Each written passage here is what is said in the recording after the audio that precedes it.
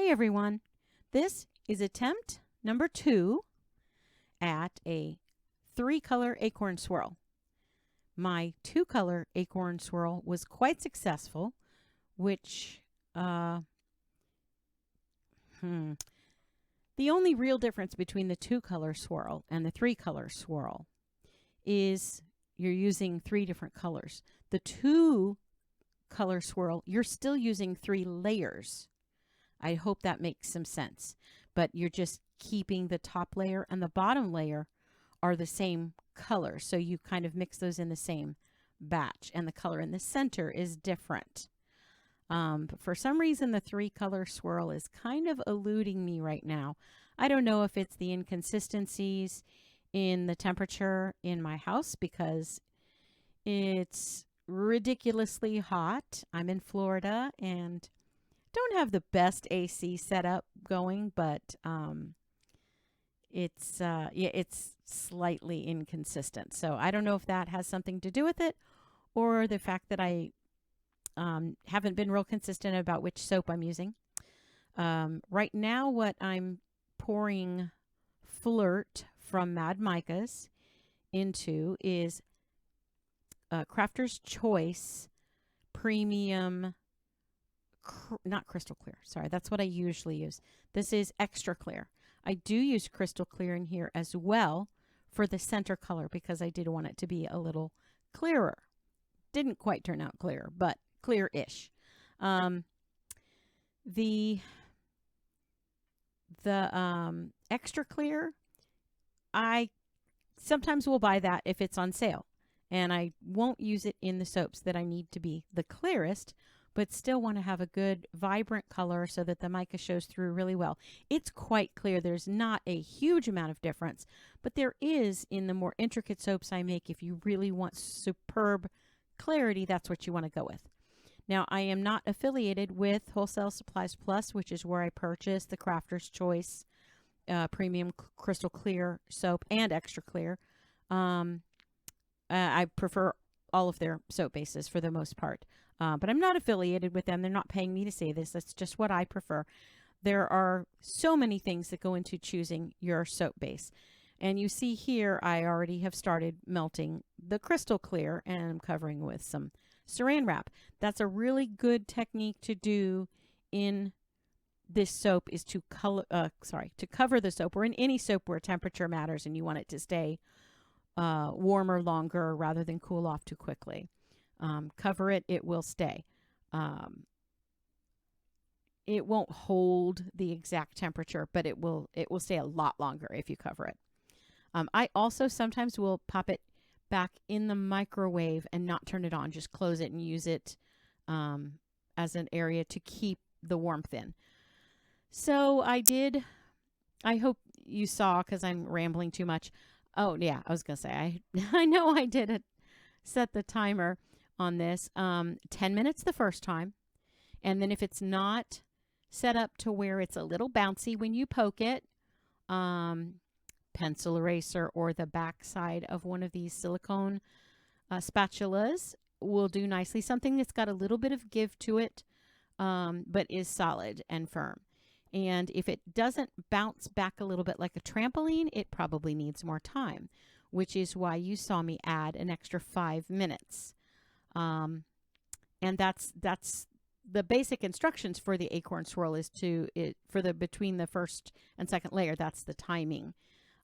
You could also just add a couple minutes and see, because maybe, I don't know, maybe your air conditioner like mine is not very consistent. Here you saw me add the fragrance oil. Oh, let me go back to the mica because this one's important. This is Blue Moon from MICAS. Yes, I am affiliated with MICAS, and if you make a purchase through the affiliate link in my description, you will be helping me out. I will get a small percentage without it costing you anything. The price for you will be the same. Hopefully someday I'll be able to offer savings with some things. I'm not sure how that works. We have here the Blue Moon Mica, which is white, and then blue iridescent at the same time. When you put it in the soap or put it up against a darker background, it will be shimmering blue. Then I enhanced it a little with a little Mystic Blue from Nurture Soap. No affiliate with them. But as you see, it also, Blue Moon also gives a little bit of a, just a twinge of yellowish in there. And just know that if you add too much, the question mark there and the little face. Why was I about to put the backside of my tool in my liquid hot soap? I have no idea. I was supposed to actually be testing to make sure that that layer, the first layer there, was a little bit bouncy like a trampoline. And it was. And it should have worked just fine to swirl. But I believe what happened in here, I'm really not sure, but I believe that I waited a little too long because my second color was too hot, believe it or not. It was bouncy, but I think it was thicker than it gave me the impression. I definitely am going to make sure that the temperatures are a little closer before I start. I think I started nuking that a little too late in the game. I usually kind of do it all together, but I didn't this time. And I think I paid for it. But the result came out great. I'm not going to say the soap turned out bad. I really like it, even better than the last one. This, by the way, what you're seeing here now, I love that and could watch that all day long. The clear soap with a little bit of iridescent or inference mica. That's what they call those white ones that have a glimmer another color. And the inference sparkling mica from Nurture Soap. I love that. I love the way that looks. It's beautiful when it pours. It's beautiful in the soap. It gives a great effect. It works the best against a dark background, kind of like the resin soaps that you may have seen me making. If you haven't seen me making those, you can check them out. But it's really important in those to have a dark background to show off the inference and iridescent qualities of the mica. That it didn't really show my struggle so much. It was hard. It was hard to get it through. The second one gets even worse. But it did look more like a swirl than the last one that I was calling, moving chunks. But it was not really an ideal acorn swirl. It doesn't look like my first one, the Bermuda Triangle. What you're seeing now, the coloring I'm mixing up there, is Harold's Purple Crayon from Mad Micas as well. The affiliate link to this one is also in my description. I didn't get a chance while you see me messing with this, and you're about to see me make, I won't say a mistake, a bad choice. While that's happening, I just wanted to touch on the fragrance oil. I used, there's the mistake. I should not have done that. I was wanting it to be a little bit opaque, and I should have just left it alone. The colorant, I don't know. It does turn out pretty in combo with the colors there, but I think it would have been really stunning with that darker purple, and I shouldn't have messed with it, but I did.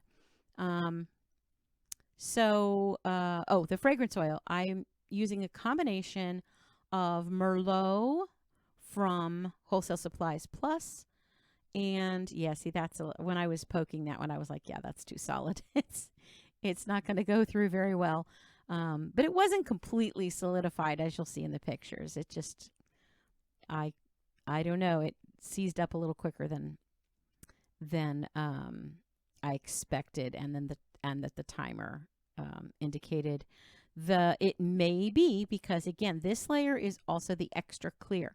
I never really noticed a huge difference in temperature, but there is a little bit of difference in the open time and difference in the melting point to me. And I didn't think about that before I started this. And you'll see now I'm basically just trying to scrape up stuff from the bottom and move around. Look how chunky that is. And honestly, if it gets to that point where it's feeling that chunky for you, go ahead and not stir it around, but keep digging it up, because you want more differences in the colors, and you're not going to be like stirring the colors in together because they're just not liquid at this point. They're soft, but they're not liquid. And of course, spritz, spritz, spritz. I spray a little glitter on top while it's on the break, and I didn't really care for it that much. I kind of scraped part of it off later. I don't show it on camera, but what I do is slice off those little weird bumps sticking up that sometimes might make a nice look. It might make it look rustic. It might, just enhance the handmade look, but I didn't care for it on these, so I kind of just sliced those off so there was some glitter on and some places without, and I think it looked better in the long run like that. So I'm pushing that one out, and I give it my old fingers crossed thing, and I wasn't thrilled at first. It really grew on me though, a lot better than the last one, and especially looking at the sides, I'm like, this is just stripes, but it wasn't stripes. It looks more like a Rorschach tests. It came out really cool. It doesn't look like a swirl, and I've had some people asking me to maybe rename the technique and have, Ms. Terry's chunky swirl or something, funky chunky swirl. I don't know, because it is its own look. It's definitely a different look than the Acorn Swirl, but I have to get more consistent with what looks you can get and the timing and temperature, etc., before I feel like I can call it my own technique, because I don't feel like I'm really giving you like I'm able to give you the exact directions for how I created this, other than I let it sit a little too long, which is actually how the Acorn Swirl was born. If you haven't seen my 2-color Acorn Swirl, look it up, because I talk a little bit more about where it came from, why it's called the Acorn Swirl, and how it was born, and credit to the original creator of that technique from Oak Leaf and Acetio, I think. I don't know. I mess that name up so badly all the time, because if I'm looking at it, I can get it right. But if I'm not looking at it, forget about it. And, I just don't feel like I can adequately tell you this is exactly what you do to get that look. I mean, the Acorn Swirls are always going to be a little different too, because it's soap. And when you swirl soap, you're not going to get exact looks of anything. You're not going to replicate exact replicas of the soaps, because it's a swirl and you can't control it that well. But I feel like this is a little too haphazard to be able to tell you until I don't know, figure out the formula. So good old Uncle Andy's there. I would not use another cutter for me for Melt and Pour. There just isn't another one. That many other people do plenty of other things, and there's, this is just the way I do it, and I prefer. But look, it came out cool. It's not a swirl. It's just a cool soap. To me, one of the saving graces to the soap is that beautiful Blue Moon mica and the Mystic Blue glitter. They really bring the clear spots, like even more so than in what you're seeing there. But it really makes, to me, it almost makes some of them, not all of them. That one to me looks like a mountainscape, like a mountain landscape with like lightning or something going on. I don't know, and a little sun there. That was just luck, because I couldn't have planned that if I wanted to. Not with a swirl anyway. Oh, and yeah, the back was just totally solid stripes, but whatever. The back isn't always going to look perfect. That one, these, the clear is it's a little swirled in, but it reminds me of a gemstone. It reminds me of gemstone patterns in the way some rocks and minerals are formed under high heat situations. Just that kind of mottled swirl looking. I don't know. I don't even know what to call it. I don't have good descriptors for this. But it does. It just reminds me of a rock. Now, the colors aren't exactly what I would picture most gemstones are. There's some brilliant colors out there. If I were going for a gemstone, I might have chosen different colors. And I do a lot of gemstone soaps. Those are some of my favorite to do. And I have one coming up fairly soon that I did for a special order. I'll be doing part of. I'll be doing a video if it doesn't capture the whole thing. We lost some of the footage, but it'll at least give you an idea of some things you can do with gemstone soaps. I beveled a couple on the video, and then I did go back and bevel them all. I thought after looking at them and kind of grieving the fact that they weren't a swirl, I decided that the beveled looked a little bit better on this particular set. So I did go back and bevel them all off camera, which you'll see in the close-up pictures that are coming up really soon.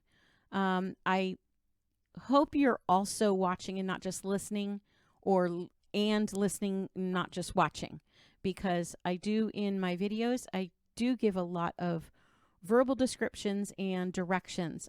Someday I'm going to get better at putting more text instructionally up there for you. I tend to only do that when I'm creating shorts, because it is a lot more work for me anyway. Somebody who's done this for years, the YouTube thing, may find it a lot easier. It's not hard. It's just time consuming, and then you have to figure out, are the words covering my soap? Are they going to be seen? Is it the right color font?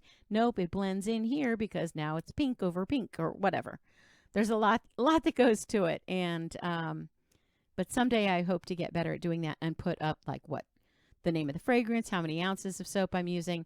Basically for these, what you're doing is for measurements, you take your mold. How much soap does your mold hold? Divide it by 3, and you have 3 equal colors. And if you want to make it slightly less equal, like make the middle a little bit more, just take a few ounces from the top and bottom color before you add the colorant, and add them to your center color soap. It's not rocket science. It's also not, it's art to me. It's art, and it doesn't have to, you want to fill your mold. So know how much your mold holds and weigh that much out. I always add a little bit of extra because I underestimate sometimes. And keep in mind when you're measuring with water, like I taught you to do in the beginner series. Oh, see, I like those. Those are pretty. When you're measuring with water, soap is heavier. So that's another reason to add a little bit more soap than what the ounces are when you're weighing with water. And again, it's better to have extra than to panic at the last minute and try to melt some soap and add it in there when the rest is already setting up. I hope that this at least inspired you. I doubt that instructionally it's going to help you very much, but maybe you can learn from my mistakes. Or if you want to, repeat this look, just let it sit a little bit too much longer. Let the second layer get too hot, so you have to wait for it to cool down. And like I said, I'm not even positive that that's what did that to this, but, it's kind of neat. Thanks for stopping by. And please, if you have questions, put them in the comments. Let me know what you think of this look and if it's something you'd like to try to replicate, and I'll try to come up with better instructions for it. Thank you so much. Bye.